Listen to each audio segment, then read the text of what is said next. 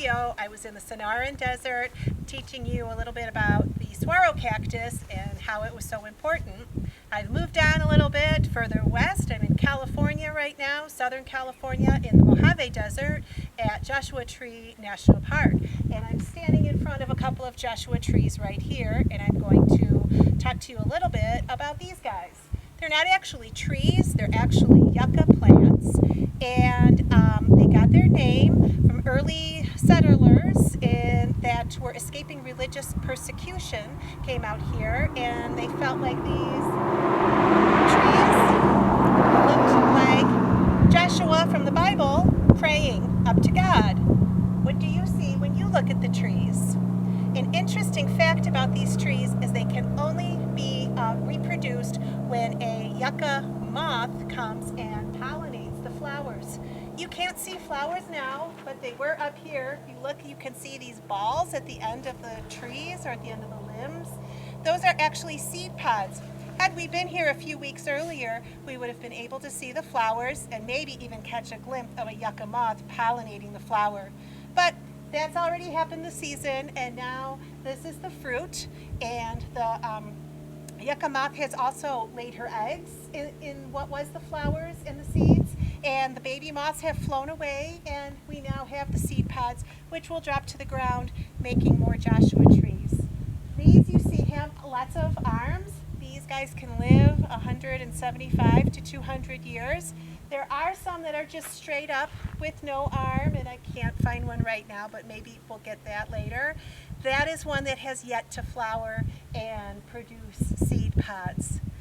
So there you have it. Here we are at Joshua Tree National Park.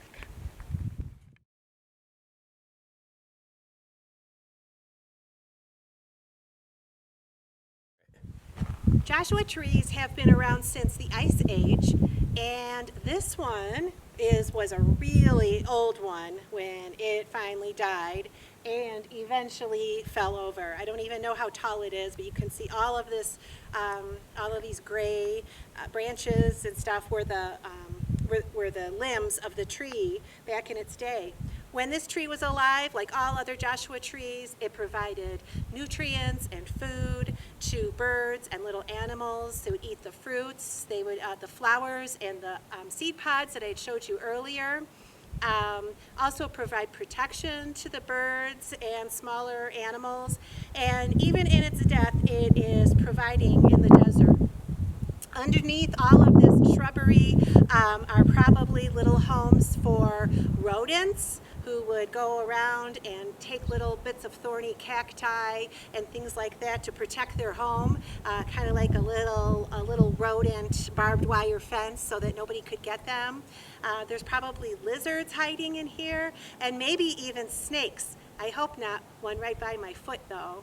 But anyway, and also in addition to the immediate nourishment and shelter that is providing to the animals right now, as it decomposes and goes back into the earth, it is providing the earth with nutrients that it needs for the next generation of Joshua trees.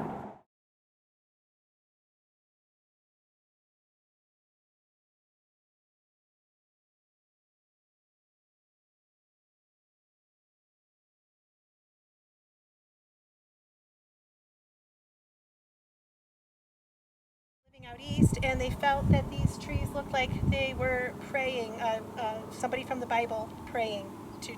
We have to start over. I can't.